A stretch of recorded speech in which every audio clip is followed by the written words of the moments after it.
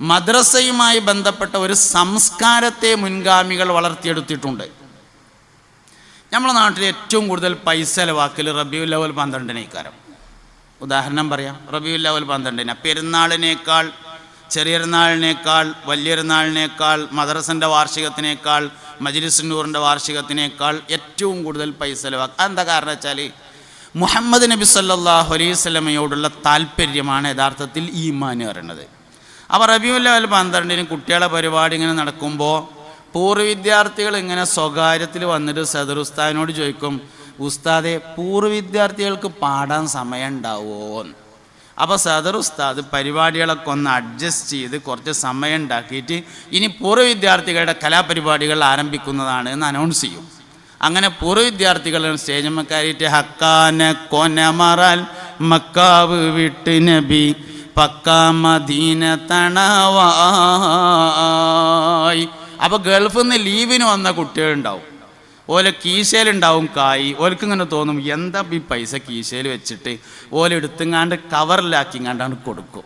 ഇങ്ങനെയൊക്കെയുള്ള കുറേ സാധനങ്ങൾ മദ്രസയുമായി ചുറ്റിപ്പറ്റി പഴമക്കാർ വളർത്തിയെടുത്തിട്ടുണ്ട്. ഇതിനെയൊക്കെയാണ് മദ്രസ സംസ്കാരം എന്ന് പറയുന്നത്. അതിൽ ഒരുപാട് കാര്യങ്ങളുണ്ട്. മദ്രസ പൊളിക്കുക എന്നല്ല ഞാൻ ഉദ്ദേശിച്ചത്, മദ്രസയുമായി ബന്ധപ്പെട്ട സംസ്കാരത്തെ തകർക്കുക എന്നതാണ്. കുറേ കാര്യങ്ങളുണ്ടാവും. ഈ മുമ്പൊക്കെ നമ്മളൊക്കെ ഈ നാട്ടിൽ പെൺകുട്ടികളെ കെട്ടിക്കുമ്പോൾ ഉസ്താദന്മാർക്ക് തുണിയും കുപ്പായും കൊടുത്തിരുന്നു. ഇപ്പോൾ ഒന്നുമില്ല, ഉസ്താദന്മാർക്കിട്ട് തുണിയും കുപ്പായം അതിൻ്റെ ആവശ്യമില്ലാതായിട്ടുണ്ട്, എന്തായാലും കൊടുത്തിരുന്നു. ഈ തുണിയും കുപ്പായും കിട്ടുക ആർക്കാ വെച്ചാൽ ലാസ്റ്റ് ക്ലാസ്സിൽ പഠിപ്പിച്ച ഉസ്താദിനാണ് കിട്ടുക.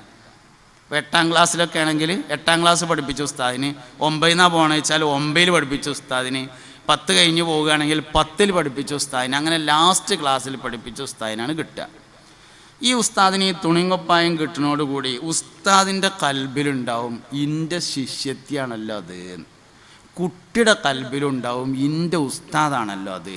പുതിയ തലമുറയ്ക്ക് ഇൻ്റെ ഉസ്താദില്ലല്ലോ. നിങ്ങൾ ആലോചിച്ച് നോക്കി, ഏതെങ്കിലും ഒരു കുട്ടീനെ വിളിച്ചിട്ട് കുട്ടി എൻ്റെ ഉസ്താദ് ആരാന്ന് ചോദിച്ചാൽ, അപ്പോൾ ഞാൻ എപ്പോഴും തമാശക്ക് പറയലുണ്ട്, നമ്മൾ കുളത്തൂരൊക്കെ വന്നിട്ട് പഴയ ആൾക്കാരോട് ആരോടേലും എൻ്റെ ഉസ്താദ് ആരാന്ന് ചോദിച്ചാൽ കുന്നത്തള്ളിയിലെ മയമൂലയിലാണ് എൻ്റെ ഉസ്താദ് എന്ന് പറയും. ഓൽക്കൊരു എൻ്റെ ഉസ്താദ് ഉണ്ട്, പുതിയ തലമുറക്ക് ഉണ്ടാവില്ല. പുതിയ തലമുറയുടെ എൻ്റെ ഉസ്താദ് ആരാന്ന് ചോദിച്ചാൽ അങ്ങനെ ഒരാളില്ലല്ലോ. അല്ല, എന്നെ 5ൽ പഠിപ്പിച്ച 5ൽ പഠിപ്പിച്ചത് ഒരു താടിയുള്ള ആളായിരുന്നു പറഞ്ഞു ഒന്നാൾ. അല്ല, എന്നെ 6ൽ പഠിപ്പിച്ചോന്ന് ചോദിച്ചു, 6ൽ പഠിപ്പിച്ചത് ആ പാലത്തിൻ്റെ അപ്പുറം നിന്ന് വന്നിരുന്ന ഒരാളായിരുന്നു. ഇതൊക്കെ ഇപ്പോൾ എൻ്റെ ഉസ്താദാവുമോ? ആ ആളെ പേരും ഊരും വിലാസമൊക്കെയാണ് പറയേണ്ടത്. ഞാൻ വേങ്ങര അടുത്തൊരു പരിപാടിക്ക് വന്നപ്പോൾ അവിടെ ഒരു മദ്രസൻ്റെ 60ാം വാർഷികമാണ്. പുതിയ മദ്രസ പൊളിച്ച് നേരാക്കിയിട്ടുണ്ട്. 60ാം വാർഷികമാണ്, മദ്രസൻ്റെ ഉദ്ഘാടനമാണ്. അങ്ങനെ ഒരു പരിപാടിക്ക് വന്നപ്പോൾ അവിടുത്തെ പൂർവ്വ വിദ്യാർത്ഥികൾ ഒരു പണി ചെയ്തു. 60 കൊല്ലമായിട്ട് ആ മദ്രസയിൽ പഠിപ്പിച്ച എല്ലാ ഉസ്താദുമാരും വീട്ടിലേക്ക് തിരഞ്ഞു വയ്ക്കുക. ഒരു സംഘം 2-3 ടീമൊക്കെ ഉണ്ടാക്കിയിട്ട് 60 കൊല്ലമായിട്ട് ആ മദ്രസയിൽ പഠിപ്പിച്ച എല്ലാ ഉസ്താദുമാരെയും വീട്ടിൽ തിരഞ്ഞു പോയി ജീവിച്ചിരിക്കുന്ന ആളുകൾക്കൊക്കെ വരാൻ വയ്ക്കുമെങ്കിൽ ഓല് ക്ഷണിച്ചു, വരാൻ വയ്യാത്തവർക്കൊരു ഹദിയ അപ്പം തന്നെ കൊടുത്തു. മരണപ്പെട്ടവരുടെ ഖബർ അന്വേഷിച്ചിട്ട് ഖബറിങ്ങ് പോയി ദ്വാരന്ന് കണ്ടു പോന്നു. ഒരു നല്ല കാര്യമാണ്. ഒരു മനുഷ്യൻ്റെ ഏറ്റവും വലിയൊരു ബോധം അവൻ്റെ ഗുരുനാഥൻ ആരാണ് എന്ന ബോധമാണ്. ഇതൊരു മദ്രസ സംസ്കാരമാണ്. പഴയ കാലത്തുണ്ടായിരുന്നു, പുതിയ തലമുറയ്ക്ക് ഇല്ലാതെ പോയിട്ടുണ്ട്. എൻ്റെ ഉസ്താദ് തന്നെ സാധനമില്ല. ആരാ എൻ്റെ ഉസ്താദ് എന്ന് ചോദിച്ചാൽ അറിയില്ല. തലകെട്ടിയ ആളാണ്, തൊപ്പിട്ട ആളാണ്, പാലത്തിൻ്റെ അപ്പുറത്ത് വരുന്നതാണ്. ഇതൊക്കെയാണ് മറുപടി. അങ്ങനെയൊന്നും പോരല്ലോ. അപ്പം അങ്ങനെ ഒരു സാധനം ഇല്ലാതെയായി പോവുകയാണ്. അതുകൊണ്ട് എന്താ മനുഷ്യന് സംഭവിക്കുക? ചോദിക്കാനും പറയാനും ആളില്ല. എന്തെങ്കിലും ഒരു വിഷയം വന്നാൽ ആരോടൊപ്പം ചോദിക്കുക, ആരോടാ പറയുക? ഇതൊന്നും ഇല്ലാത്തൊരവസ്ഥയിലേക്ക് പോകുന്നു. അങ്ങനെ ഒരുപാട് കാര്യങ്ങൾ ചേർന്നതിനെയാണ് മദ്രസ സംസ്കാരം എന്ന് പറയുന്നത്. അപ്പോൾ ഈ പ്രത്യേകതകളെല്ലാം മദ്രസക്കുണ്ട് എന്ന ഒരു തിരിച്ചറിവാണ് നമ്മളിൽ ഉണ്ടായിത്തീരേണ്ട ഒന്നാമത്തെ കാര്യം. രണ്ടാമത്തെ ഒരു കാര്യം മാനേജ്മെൻറ്റിനോടുള്ള സമീപനമാണ്. നടത്തിപ്പുകാരോട്, കാര്യകർത്താക്കളോട് 2 സമീപനങ്ങളാണ് മനുഷ്യനുണ്ടാകുക. ഒന്ന്, വിഷയം ശരിയാണ്, ആൾക്കാർ ശരിയല്ല എന്ന് പറയും. അതാണ് അബൂജാഹിലിൻ്റെ സമീപനം എന്നാണ് ലഅനത്തുല്ലാഹി അലൈഹി അതിൽ പറയാം. രണ്ടാമത്തെ ഒന്നുണ്ട്, ആളൊക്കെ ശരിയാണ്, വിഷയം ശരിയല്ല എന്ന് പറയും. അതിന് അബൂ സുഫിയാൻ്റെ സമീപനം എന്ന് പറയും. അബൂജാഹിലിനെ നബി സല്ലല്ലാഹു അലൈഹി വസല്ലമ നല്ല ആളാന്ന് അഭിപ്രായം ഇല്ല. വിഷയം ശരിയാണ്. അള്ളാഹു തആലക്ക് ഒന്ന് തന്നെയാണ്. ദ്വാരക്കൽ അള്ളാഹിനോട് തന്നെയാണ് നല്ലത്. കാബൻ്റെ ഉടമസ്ഥനാണ്. കാബ സംരക്ഷിക്കാൻ അള്ളാഹ് തന്നെയാണ് ഉള്ളത് എന്നൊക്കെ അബൂജഹലിന് അഭിപ്രായം ഉണ്ടായിരുന്നു. അതേസമയത്ത് ഈ നാട്ടിലിപ്പോൾ ഒരു നബി വരികയാണെങ്കിൽ അതാ യത്തീംകുട്ടി ആകണതൊന്നും ശരിയാവില്ല, എന്നെപ്പോലത്തെ ആരെങ്കിലുമൊക്കെയാണ് ആവേണ്ടത്. അപ്പോൾ ആള് ശരിയല്ല, വിഷയം ശരിയാണ് എന്ന അഭിപ്രായമാണ് അബൂജഹലിനുണ്ടായിരുന്നത്.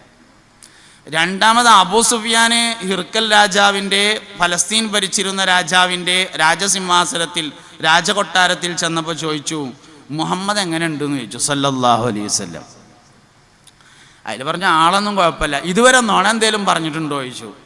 ഇതുവരെ നുണയൊന്നും പറഞ്ഞിട്ടില്ല, പക്ഷെ ഓൻ്റെ കാട്ടിക്കൂട്ടലൊക്കെ കണ്ടാൽ ഇനി പറയുമോയെന്നറിയില്ല എന്ന് പറഞ്ഞു. എന്ന് പറഞ്ഞാൽ ആളൊന്നും കുഴപ്പമില്ല, വിഷയം ശരിയല്ല എന്നുള്ളതാണ് മൂപ്പര്. ഇത് രണ്ടും ഉണ്ടാവും. സംഗതി നമുക്ക് വേണ്ടത് ആളും ശരിയാണ്, വിഷയം ശരിയാണ് എന്ന ഒരു ബോധമാണ് മാനേജ്മെൻറ്റിനെ കുറിച്ച് രക്ഷിതാക്കൾ എന്ന നിലയിൽ ഉണ്ട്. നമ്മളെന്തേ സെക്രട്ടറി ആവാഞ്ഞത്? ആകാൻ പറ്റാത്തതുകൊണ്ട്.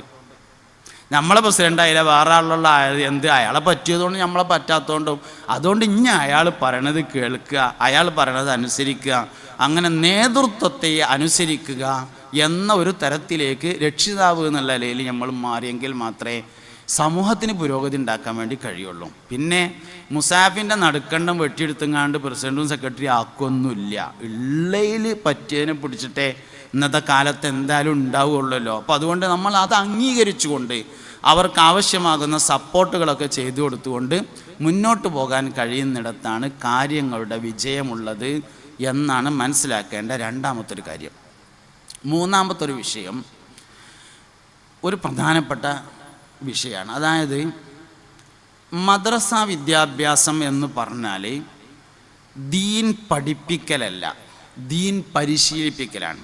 ഇപ്പം നമ്മളെ മദ്രസയിലെ മുഅല്ലിമുകൾക്ക് കൊടുക്കുന്ന ട്രെയിനിങ് നോട്ടിൽ ദീനീ വിദ്യാഭ്യാസം എന്ന് പറഞ്ഞാൽ എന്താണ് എന്നുള്ളതിൻ്റെ ഉത്തരം പറഞ്ഞുകൊടുത്ത് പറയുന്നത്, ഒരു കുട്ടിയെ മുസ്ലിമായി ജീവിക്കാൻ പരിശീലിപ്പിക്കുന്നതിന് മതവിദ്യാഭ്യാസം എന്ന് പറയുന്നു എന്നാണ്. പഠിപ്പിക്കുന്നതിന് എന്നല്ല, പരിശീലിപ്പിക്കുന്നതിന് എന്നാണ്. പഠിപ്പിക്കൽ ആവശ്യമാണ്, അത് സർട്ടിഫിക്കറ്റ് കിട്ടാനാണ്. സർട്ടിഫിക്കറ്റും ആവശ്യം തന്നെയാണ്, ആവശ്യമില്ലാത്ത സാധനമൊന്നുമല്ല. പഠിപ്പിച്ച് പരീക്ഷ എഴുതിയാലേ സർട്ടിഫിക്കറ്റ് കിട്ടുള്ളൂ. 5ാം ക്ലാസ് കഴിഞ്ഞ് പൊതുപരീക്ഷയിൽ പാസ്സായി ഒരു കുട്ടിക്ക് സർട്ടിഫിക്കറ്റ് കിട്ടിയാൽ പരീക്ഷയിൽ ജയിച്ചു, സർട്ടിഫിക്കറ്റ് കിട്ടിയെന്നുള്ളതൊക്കെ ശരിയാണ്.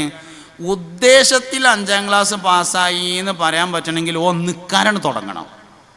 ആരും പറയാതെ, വാപ്പാൻ്റെ പ്രേരണ ഇല്ലാതെ, ഉമ്മാൻ്റെ പ്രേരണ ഇല്ലാതെ നിസ്കാരം തുടങ്ങിയിട്ടുണ്ടെങ്കിൽ 5ാം ക്ലാസ് പാസ്സായി എന്ന് പറയാം.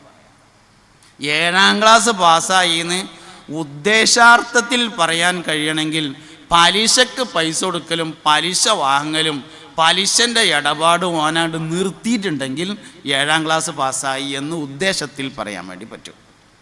അപ്പോൾ മദ്രസ വിദ്യാഭ്യാസത്തിൻ്റെയും മതവിദ്യാഭ്യാസത്തിൻ്റെയും ഉദ്ദേശം പഠിപ്പിക്കലല്ല, പരിശീലിപ്പിക്കലാണ്. ഈ കാര്യം ജീവിതത്തിലാണ്ട് ഉണ്ടായിത്തീരലാണ്. കാര്യം ജീവിതത്തിൽ ഉണ്ടാവണമെങ്കിൽ വീട്ടിൽ അതിന് അനുകൂലമായ സാഹചര്യം ഉണ്ടായിരിക്കണം, അല്ലാതെ ഉണ്ടാവില്ല.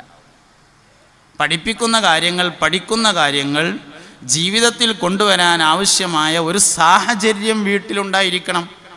അപ്പോഴാണ് കാര്യം ശരി. അപ്പോൾ ഈ ഹാറൂർ റഷീദിൻ്റെ കഥ ഉണ്ട്. നമ്മളെ മദ്രസയിലെ കുട്ടികളൊക്കെ താരീഖിൽ അമീൻ മഹ്മൂൻ പറഞ്ഞിട്ട് 2 ആൾക്കാരുടെ താരീഖ് പറയുന്നുണ്ട്. ഹാറൂർ റഷീദിൻ്റെ 2 മക്കളാണ് അമീനും മഹ്മൂനും. അവരുടെ താരീഖ് പറയണത് എന്താ വെച്ചാൽ ഉസ്താദിൻ്റെ ചെരുപ്പ് എടുത്ത് വെച്ച് കൊടുക്കാൻ വേണ്ടി മത്സരിച്ചു, അങ്ങനെ വലിയ ആൾക്കാരായി എന്നതാണ് പറയുന്ന കാര്യം. അതിലേക്ക് ഞാൻ വരുന്നുണ്ട്. ഇവരുടെ വാപ്പ ഹാറൂൺ റഷീദ് ഒരു കല്യാണം കഴിച്ചു. അങ്ങനെ തൻ്റെ ഭാര്യയെ വീട്ടിലേക്ക് കൊടുന്നു. ഭാര്യ ആദ്യത്തെ ദിവസം തന്നെ പിണങ്ങിപ്പോവുകയാണ്, തെറ്റിപ്പോവുകയാണ്. അതിൽ ഭാര്യയോട് ചോദിച്ചു, എന്താ തെറ്റിപ്പോകാൻ കാരണം എന്ന് ചോദിച്ചാൽ പറഞ്ഞു, ഞാൻ ഓർമ്മ വെച്ച കാലം മുതൽ ഇതുവരെ സുബ്ഹിൻ്റെ ബാങ്ക് കേൾക്കാതിരുന്നിട്ടില്ല. ഇവിടെ വന്നതിന് ശേഷം ബാങ്ക് കേൾക്കലില്ല, അതുകൊണ്ട് ഞാൻ പോവുകയാണ് കാരണം. ഹാറൂൺ റഷീദ് കൊട്ടാരത്തിൻ്റെ അടുത്തൊരു പള്ളി ഉണ്ടാക്കിയിട്ട് അതിലൊരു മുക്കിറിനെ നിയമിച്ച് ബാങ്ക് കൊടുക്കാൻ വേണ്ട ആളെ ഏർപ്പാട് ചെയ്തിട്ട് പെണ്ണുങ്ങളെ കൂട്ടിക്കൊടുന്നു എന്നാണ് താരീഖ്. നമ്മുടെ വീട്ടിൽ ബാങ്ക് കേൾക്കലുണ്ടോ? ഉണ്ടെങ്കിൽ തന്നെ ശ്രദ്ധിക്കലുണ്ടോ?